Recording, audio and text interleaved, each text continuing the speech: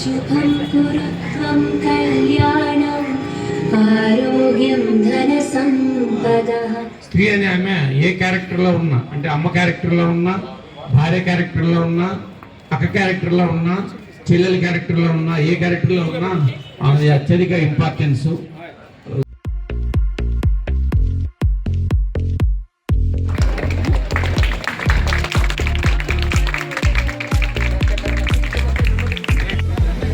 సత్కరిస్తాం.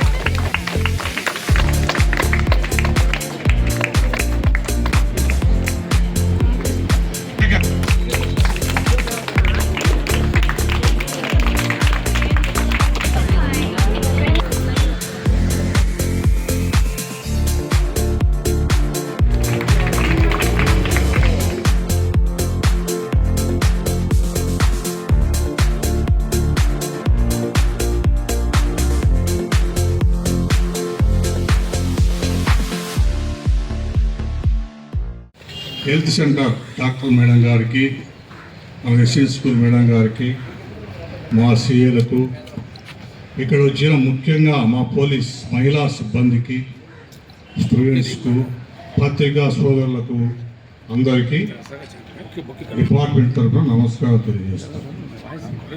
ఈరోజు అంతర్జాతీయ మహిళా దినోత్సవం. ఈ దినోత్సవం సందర్భంగా అందరికీ మొదట శుభాకాంక్షలు తెలియజేస్తూ ఉన్నాను.